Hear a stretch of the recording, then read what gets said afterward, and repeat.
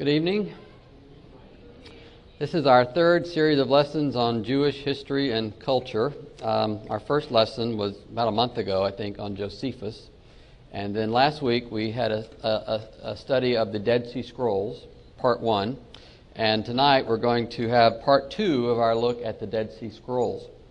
By looking both at Josephus and the Dead Sea Scrolls, we are looking at perhaps the two primary non-biblical sources that we have of Jewish history and culture. Certainly, there's we'll talk about the Talmud and some other sources also, but those two are certainly up at the top of the list.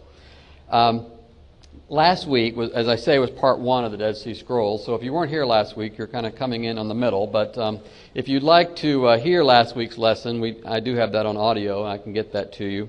Last week we started off by asking the question, why should we even study the Dead Sea Scrolls? And we talked about a number of reasons for doing that. I think all very good reasons for that. We also looked last week at the discovery of the scrolls.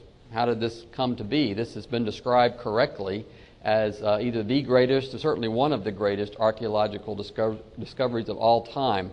And there was an interesting story about how it was found. We talked about the condition of the scrolls and the fact that most of the damage to the scrolls happened after they were found, and not during the 2,000 years in which they were in the cave. We talked about the Essenes, who most people believe is the group that produced the scrolls, that copied the manuscripts, that created the scrolls, and then stored the scrolls, hid the scrolls in the caves when the Romans were coming down on them in AD 68. And finally, last week we talked a little bit about some of the biblical scrolls and the caves in which they were found. And tonight I want to start off by looking at the sectarian scrolls, which are the non-biblical scrolls, just various books that the Essenes had either written themselves in some cases or copied and had been written by others in other cases. And they certainly were not treated as Scripture by the Essenes. The Essenes knew the difference between Scripture and non-Scripture, but these sectarian scrolls were just found in the caves among the biblical manuscripts. Why study the sectarian scrolls? I mean, I guess we should ask that question as we started last week with a similar question for the scrolls in general. Why should we look at these scrolls?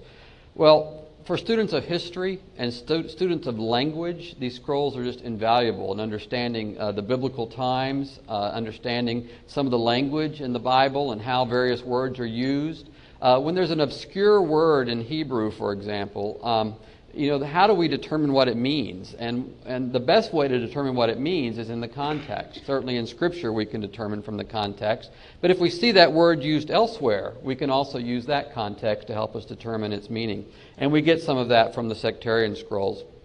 Let me start off by saying, despite some wild claims you may see in the press, nothing revolutionary has been found in any of these sectarian scrolls. So, there's no real conspiracy theory that has any validity with regard to what these scrolls showed. But we've gained a much greater understanding through these sectarian scrolls of the Jewish history between the Testaments. We looked at some of that history when we studied Daniel, because Daniel, of course, laid out a map of history between the Testaments in chapter 11. And we looked at some of that history, and we see some of that history as we read the sectarian scrolls. And we also, as I say, though, we see the vocabulary, we see the grammar. There's just a tremendous amount of knowledge that we've learned from the sectarian scrolls. One of the best known is called the Manual of Discipline. The Manual of Discipline. That was found in cave number 1, which you recall, except for cave number 4, was had the most manuscripts in cave number 1.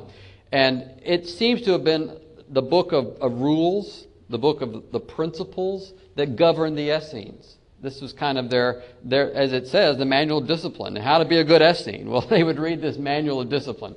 So that scroll there, I think there were several copies of that, and that certainly was something that they relied on a lot. A very unusual text that was found among the sectarian scrolls was a series of encoded horoscopes. Now, you really wouldn't think of the Jews as having horoscopes, because they were told repeatedly not to worship the sun and the stars, but they did. They had horoscopes in one of these caves, and Apparently they knew it was something they probably shouldn't have. They wrote it in a secret alphabet, and they used mirror writing. Have you ever seen Leonardo da Vinci where he'll write and it looks like you're looking at it in a mirror? He was able to write backwards like that. They did that with this horoscope book. Very, very unusual in many ways. But that was among the sectarian scrolls. One of the scrolls described the community as the congregation of men dedicated to the perfection of holiness. It described themselves as the true Israel and all others as the false Israel. They described themselves as those who had entered into the new covenant. They called themselves the sons of light. They called themselves the sons of righteousness. They called themselves the sons of truth. Those outside were called the sons of darkness and the sons of perversion. We see all of this. This tells us so much about the Essenes themselves. Now, these Essenes were convinced that the Greek-Roman society of their day was corrupt. And for the most part, they were right. It was corrupt. And they were also convinced, the Essenes were, that the Jews who had made their peace with Rome were apostate. So that's one reason they were out in the wilderness, that they didn't want anything to do with Rome. It had nothing to do with it, and that's one reason they were out there. They also felt they'd gone out in the wilderness to prepare the way of the Lord. And again, you can hear the Old Testament prophecies coming through. They were applying that to themselves, and they thought they were doing that through their rigorous discipline. How did this group get started? From some of the scrolls, we kind of get a hint that they had been priests that were expelled from the temple. They were tossed out, and there may have been even a former high priest among their number. There is someone called the righteous teacher that's mentioned in the scrolls, and that may have been the leader of this group that got expelled from the temple. Now, one of the most controversial aspects of the Dead Sea Scrolls involves its relationship, if any, with Christianity, particularly some of these sectarian scrolls. One author has even incorrectly described Christianity as Essenism that succeeded on a big scale. That's total nonsense. But you can see that there is a controversy with regard to the relationship between the Essenes and Christianity. We've already seen last week how the Essenes had great love for each other. We've already seen that they tried to live simple and virtuous lives. We've already seen how they held all things in common. So, on the surface, you can see some similarities with Christians. In fact, some people look at the New Testament and they say Paul may have been borrowing language from the Dead Sea Scrolls in 2 Corinthians 6:14 through 15. That's where Paul talks about contrasting righteousness and lawlessness, light and dark, Christ and Belial. In fact, that last one they say is the most striking example because that was a popular Jewish demon, we're told, that's frequently mentioned in the Dead Sea Scrolls. In fact, Paul uses 6 words in those 2 verses that don't appear anywhere else in his writing, and they do appear in the Dead Sea Scrolls. It's possible that Paul borrowed some terms from the Essenes and from the Dead Sea Scrolls. We know Paul was very well educated, and he certainly could have had those in his vocabulary, but I don't think that proves anything with regard to the relationship between the Essenes and Christianity. And although there are some surface similarities, there are major and irreconcilable differences between the Essenes and Christians. The Essenes were a closed and a secret society. In fact, we can't even be sure of the name of any Essene based upon their writings. So we don't even really know their names. Very closed, very secretive. While Jesus, of course, stressed love, the Essenes stressed hatred. That's really the only word for it. Jesus' attitude toward the Romans was in stark contrast to the Essenes' attitude toward the Romans. In fact, in Matthew 5:43, Jesus said, "You've heard it been said, thou shalt love thy neighbor and hate thine enemy." He may have been referring to the Essenes there, because that is certainly what they said, to hate their enemy. And Jesus knew what was ahead for these Roman-hating Jews. He was going to tell them in Matthew 24 what was ahead for them. So I think he was looking down the road and saw that where the Essenes were headed was not a good spot. The Essenes were ascetic. They regarded all pleasure as evil. The Essenes were sticklers for ritual purification, in contrast to Jesus, who of course said it's not what goes into a man that defiles him, but what comes out that defiles him, Matthew 15:11. One scholar said that statement alone was an irreconcilable difference between Jesus and the Essenes. The Essenes did not go to the temple. They offered no sacrifices. Jesus, of course, went to the temple. He told the lepers he had cleansed to go to the temple and offer a sacrifice, Matthew 8, verse 4. The Essenes denied the resurrection of the body. Jesus associated with outcasts, with lepers, with women, with children. He even visited the house of a leper. The Essenes would never have done any of that. So there are major, major differences. So anyone who tries to tell you that the Essenes are linked with Christians somehow, no. Well, why then is Jesus linked by some with the Essenes? Well, I think the main argument is one from silence. Jesus did not condemn the Essenes, at least not by name, by the name Essenes, like he did the Pharisees and the Sadducees. We don't see the Pharisees, the Sadducees, and the Essenes. We just see the Pharisees and the Sadducees. So some people look at that and say, well, Jesus must have liked the Essenes. I mean, talk about a leap of logic, right? I mean, how does that follow? Whoever you don't mention, you must love and appreciate and join. I mean, where does that come from? If, and I say if, the Essenes aren't mentioned, because in a moment we're going to talk about the fact they may very well be mentioned in the Bible. If they weren't mentioned in the Bible, how could we explain that? Well, as I said, they were separate. They were separated. They were out in the wilderness. They were a small group. The Talmud doesn't mention the Essenes. There are a lot of sources that don't mention the Essenes. So that's argument from silence doesn't really settle anything. But I think a better question for us is this. Was Jesus really silent about the Essenes? Now, certainly the word Essene doesn't appear in the New Testament, but did Jesus really have nothing to say about the Essenes? Some say that when Jesus says in Matthew 24, so if they say to you, look, he's in the desert, don't go out. Some people are saying, well, that may be an indirect allusion to the Essenes. They were certainly out in the desert, and they certainly thought they were preparing the way. But Mark 8:14 through 21 may be a better one. In Mark 8:14 through 21, Jesus told his disciples to beware of the leaven of the Pharisees and the leaven of the Herodians. Well, the disciples were concerned about their lack of bread, and Jesus reminded them that when he fed 5,000, there were 12 baskets left over, and when he fed 4,000, there were 7 baskets left over. Those were, of course, literal baskets, a literal 12 baskets and a literal 7 baskets. But sometimes when we have literal numbers in the Bible, they're also chosen by God for their figurative meaning. We saw that in Daniel with 70. It was a literal 70 years, but it also had a figurative meaning. If these literal 12 baskets and these literal 7 baskets had a figurative meaning, what might it be? Well, with the Pharisees, they ate 12 loaves of the presence. Talked about Leviticus 24, and they made a big showing of that. And so he may have been referring to by the 12 loaves to the Pharisees. Well, what about the 7 loaves? Well, the Essenes ate 7 loaves during their 7-day feast known as the Day of Ordination of the Priest. So perhaps he's referring to the Essenes and the Pharisees with the 12 and the 7. But where are the Essenes mentioned anywhere in this account, you ask, in Mark chapter 8? Well, look at Mark chapter 8, verse 15. What is the leaven of Herod? Or better translated, the leaven of the Herodians. Who are the Herodians? That may have been the Essenes. Josephus tells us that Herod was a protector of the Essenes, and that he showed special kindness to the Essenes. That's what Josephus tells us.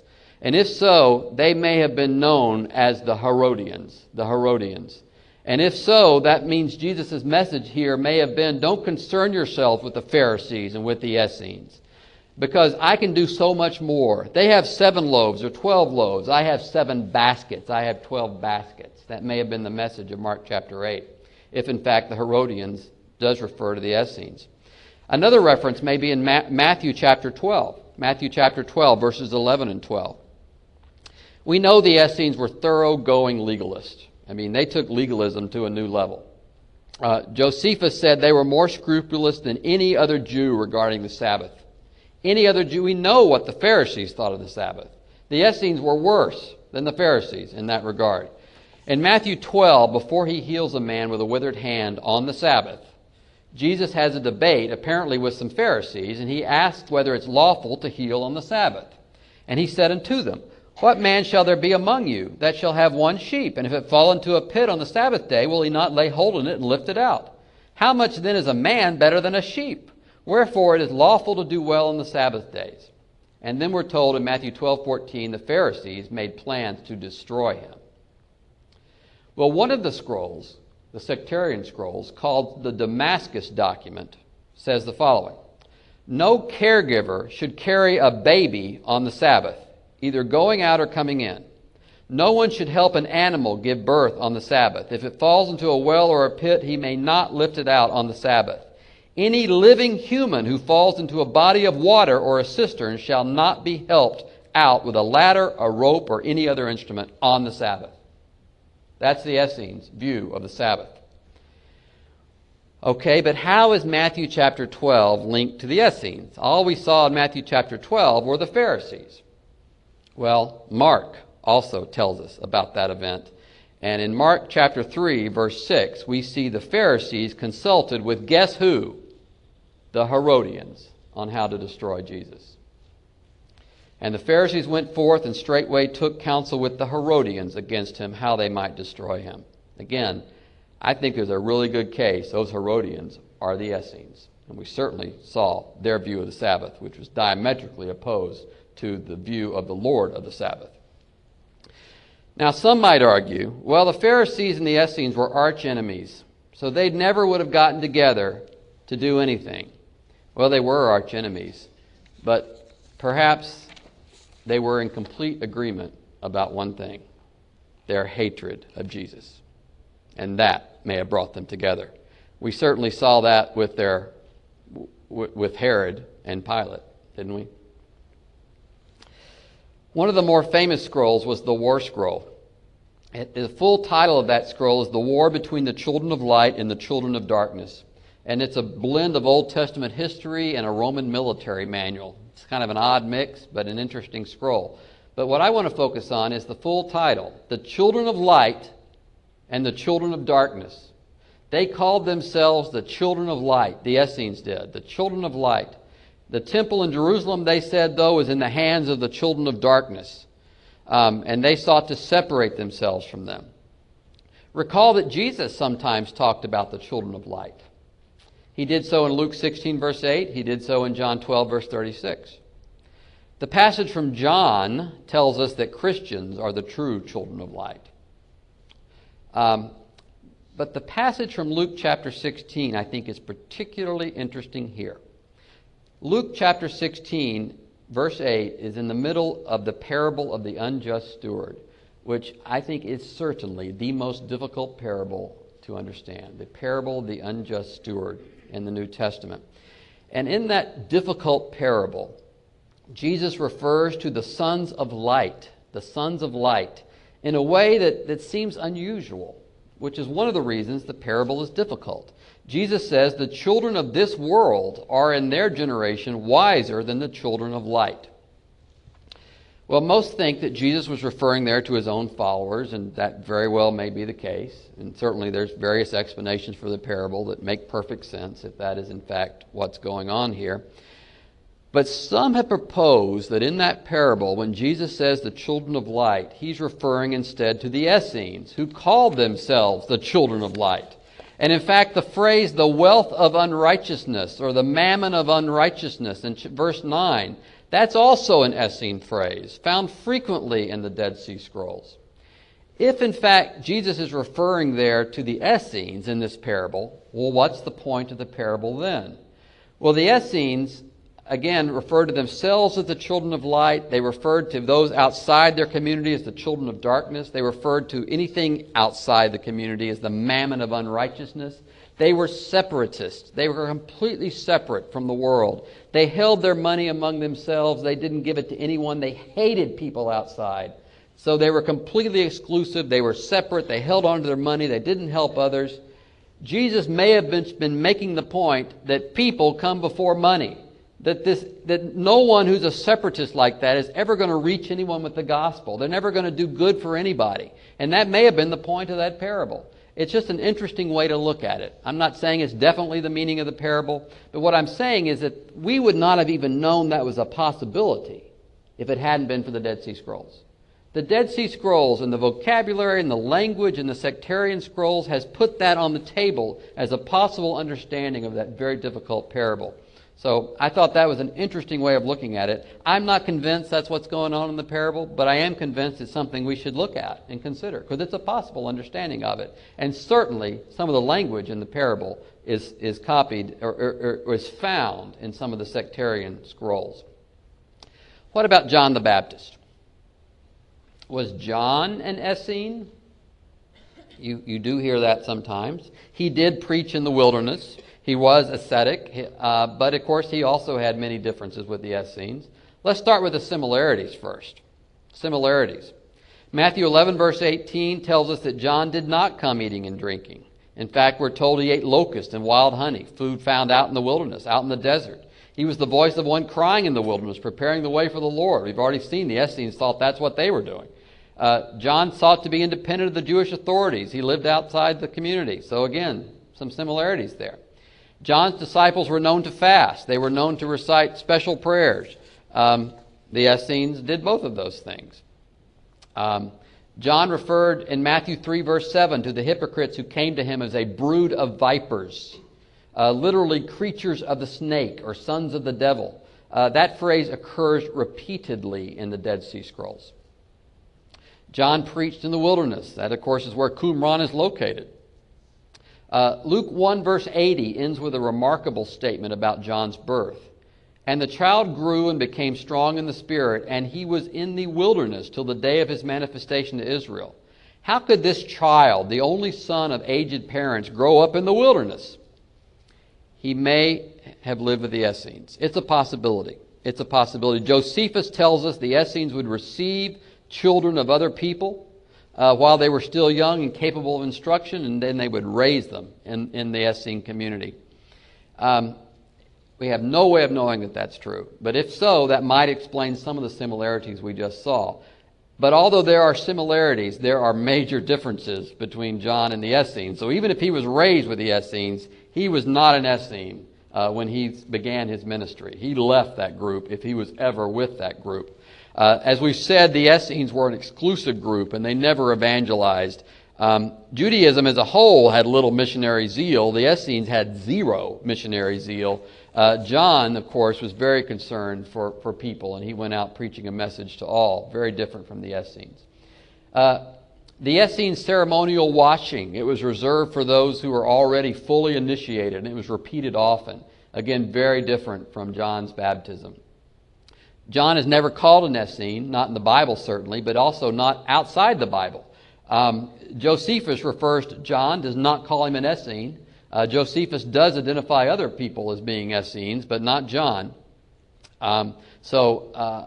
Jesus, in fact, said, of those born of women, there is not arisen one greater than John, Matthew 11, verse 11. But if we're correct with what we said earlier, Jesus was very critical of the Essenes. So again, John was not an Essene. Also, John was an outspoken critic of the government, and he even criticized whom? Herod.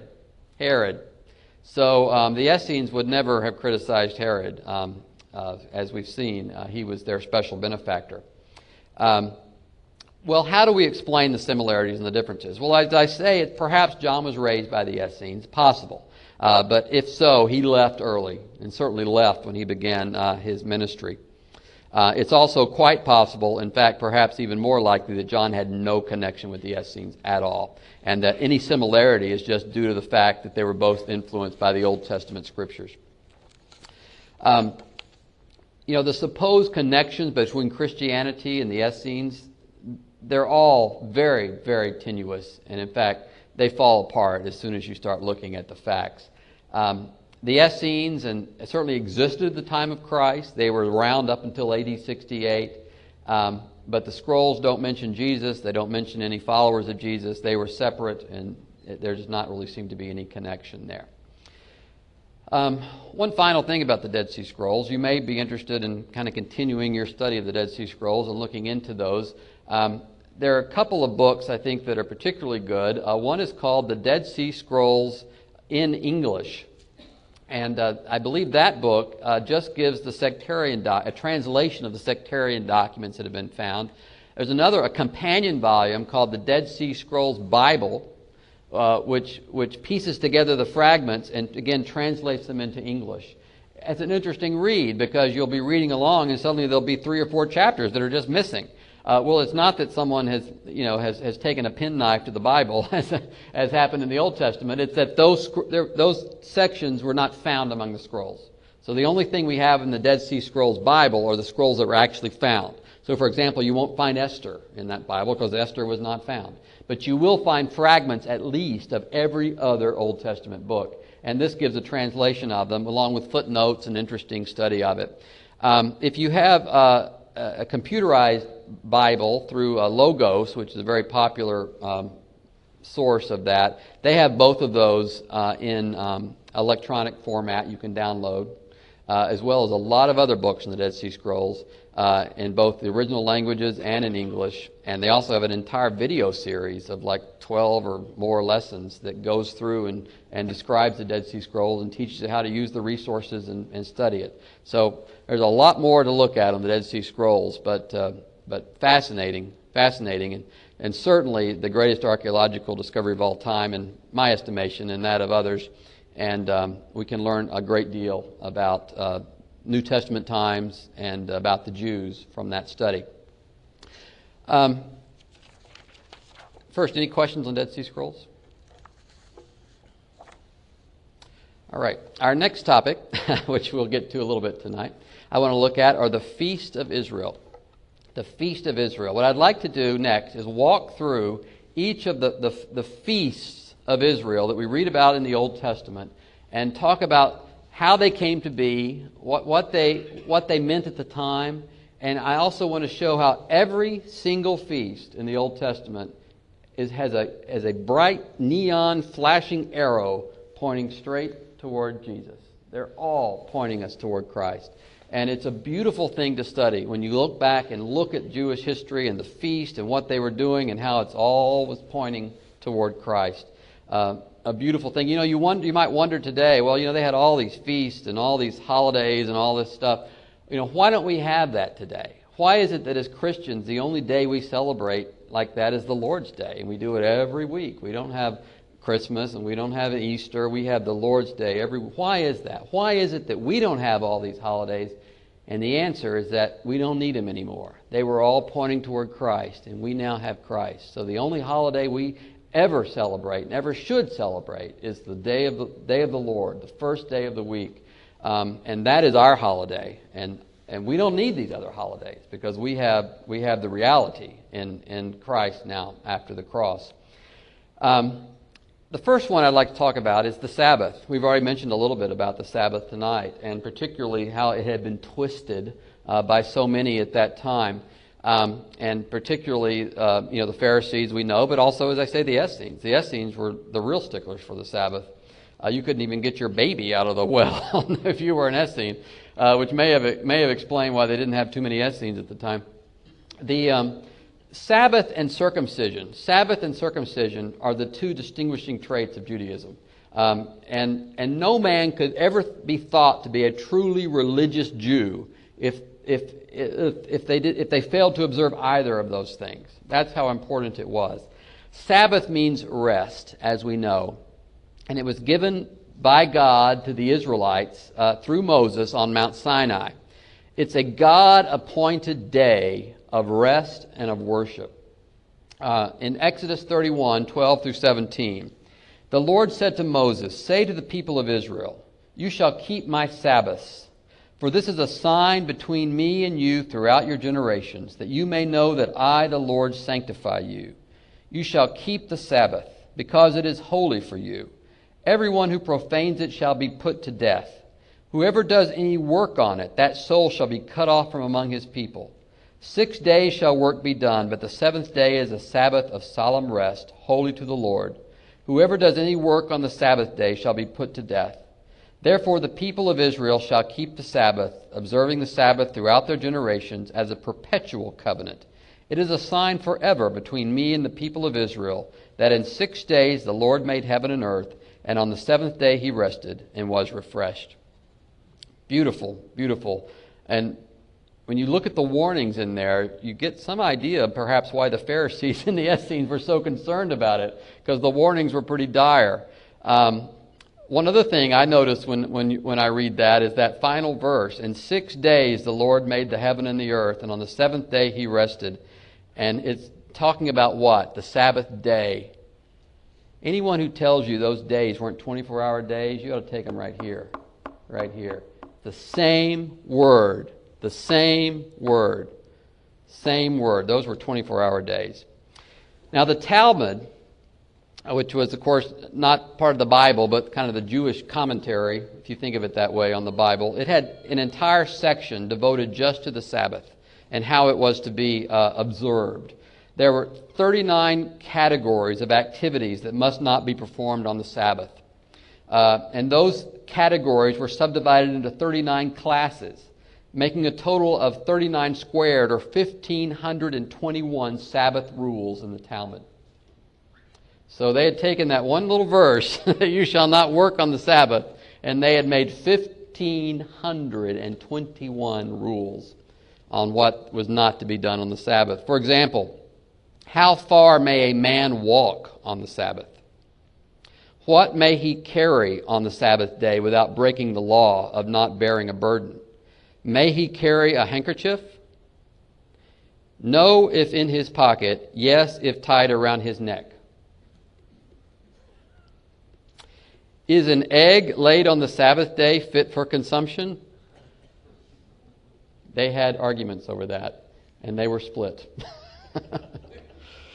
The Sabbath began at sunset on Friday evening, and there was a service in the synagogue that consisted of special prayers of welcome for the Sabbath, which was called the bride, or the queen, as it would come.